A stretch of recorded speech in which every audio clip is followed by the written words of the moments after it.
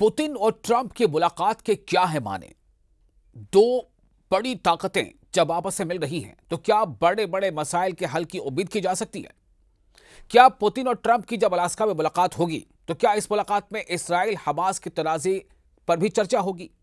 और क्या इस मुलाकात के दौरान इसराइल कुछ ऐसी हरकतें कर सकता है जिसके बारे में दुनिया को अंदाजा है कि इसराइल का मंसूबा क्या है? कई ऐसे सवाल हैं और इस मुलाकात के बाद खासतौर से यूक्रेन को लेकर के क्या होगी पॉलिसी, और अगर यूक्रेन के मामले पर रूस कोई समझौता करने को तैयार नहीं होते हैं तो फिर अमेरिका का क्या होगा रुख।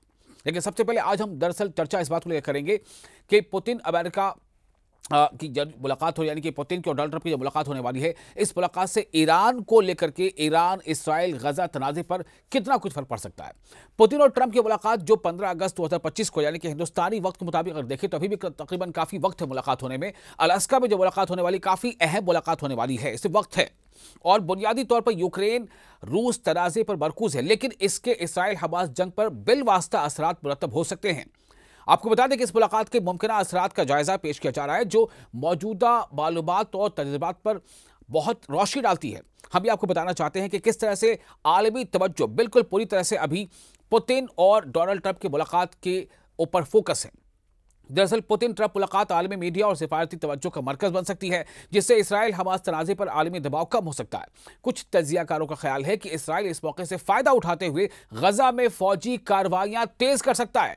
जो उसका मंसूबा है इसराइल का, जो नेतन्याहू का मंसूबा है, उस पर वो अमल दरामद कर सकता है। जैसा कि कई अखबारात में कई ऐसी रिपोर्ट्स में इस बात को लेकर के इशारे मिल रहे हैं और इसराइल गजा पर मुकम्मल कब्जे की तरफ बढ़ सकता है, जबकि दुनिया की नजरें यूक्रेन पर मरकूज होंगी।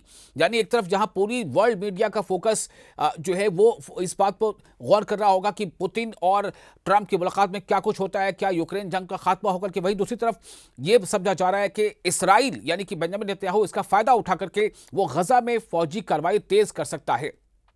ऐसा ऐसा जो है मुमकिन इस बारे में रिपोर्ट्स आ रही हैं।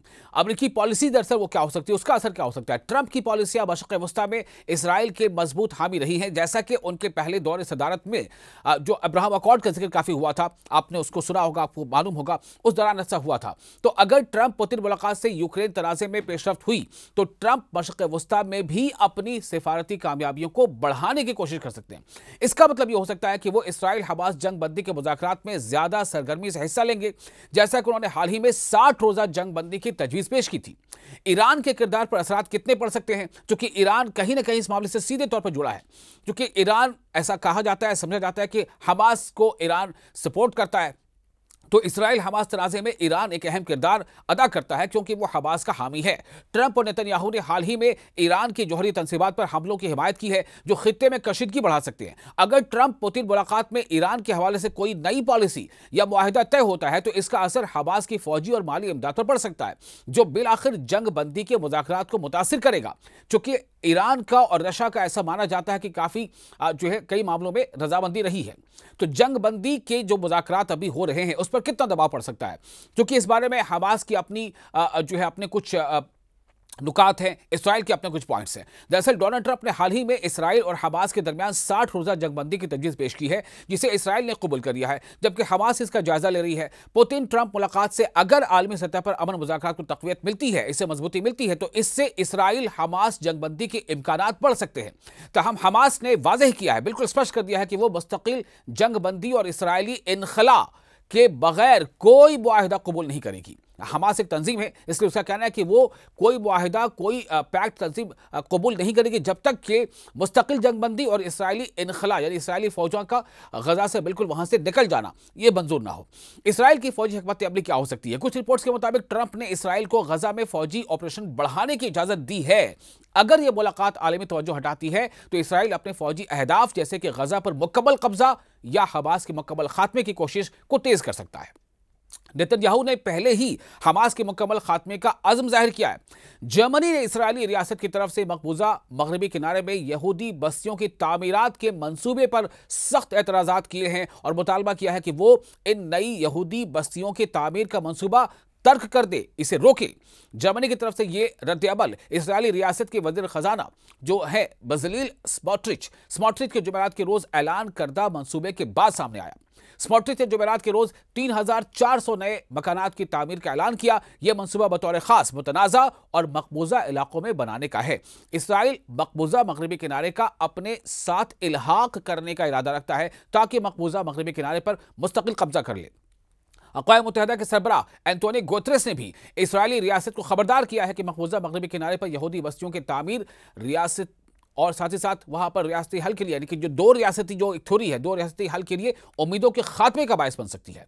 ऐसा करना इसराइल के हक में नहीं होगा और फिलिस्तीन के लिए भी बेहतर नहीं होगा। यूरोपीय यूनियन के आला सिफारतकार ने जुमेरात के रोज इसराइल पर जोर दिया कि वह मकबूजा मगरबी किनारे के खास तौर पर मुतनाज़ा इलाके में मकानात की तामीर के मंसूबे से बाज आ जाए, जिसकी इसराइली वज़ीर ख़ज़ाना ने हिमायत की है। काया क्लास ने एक बयान में कहा है कि इसराइली हुक्काम का E1 सेटलमेंट प्लान में पेशरफ्त का फैसला बैनुल अक़वामी यानी इंटरनेशनल कानून की खिलाफ वर्जी के साथ साथ दो रियासती हल को मजीद कमजोर करता है। इस फैसले के दूर रिस असरात के पेश नज़र यूरोपीय यूनियन इसराइल पर जोर देती है कि वो इस फैसले को आगे बढ़ाने से बाज रहे। याद रहे कि इसराइली रियासत मशरिक़ यरूशलेम का अपने साथ जबरी इल्हाक़ करके मुसलमानों की दस्तरस से मुकम्मल तौर पर छीनना चाहता है, मगर बैनुल अक़वामी सतह से होने वाली मुखालफत की वजह से मामला मुमकिन नहीं हो सका है। याद रहे कि यहूदी बस्तियों की तामीरात जो है वो बैनुल अक़वामी कानून की खिलाफ वर्जी है। बैनुल अक़वामी अदालत इंसाफ ने भी इनकी ताबीर को नाजायज़ करार दिया है। अब आप सोचें कि एक तरफ जहां बैनुल अक़वामी अदालत इंसाफ ने यहूदी बस्तियों को या इनकी तामीर को नाजायज़ करार दिया है, अब एक बार फिर बैनुल अक़वामी बरादरी ने भी इस नए मंसूबे की मजम्मत की है। अब रूस का किरदार इसमें क्या हो सकता है? सब कुछ डिपेंड करता है कि क्या बातचीत होती है। दरअसल रूस ने तारीखी तौर पर फ़लस्तीनियों के हक में आवाज़ उठाई है और हमास के साथ राब्ते रखे हैं। अगर पुतिन ट्रंप मुलाकात में रूस को यूक्रेन में रियायत मिलती है तो वो मशरिक़ वस्ता में अपना असर रसूख बढ़ाने की कोशिश कर सकता है, जो हमास के लिए सिफारती हिमायत बढ़ा सकता है। ताहम पुतिन की तवज्जो यूक्रेन पर मरकूज होने की वजह से इसकी फौरी मुदाखलत महदूद हो सकती है। तो बहुत कुछ इस पर मुनहसर है कि दरअसल जब अलास्का में मुलाकात हो रही होगी डोनाल्ड ट्रंप की और पुतिन की आमने सामने, तो इस मुलाकात के बाद क्या नताइज हो सकते हैं, आलमी असरात क्या हो सकते हैं, ईरान को लेकर के क्या पॉलिसी इख्तियार की हो सकती है, इसराइल गजा तनाज़े पर क्या डेवलपमेंट हो सकती है, और खासतौर से हिंदुस्तान के ताल्लुक से भी इस मुलाकात की बात से क्या रद्द-ए-अमल सामने आ सकता है।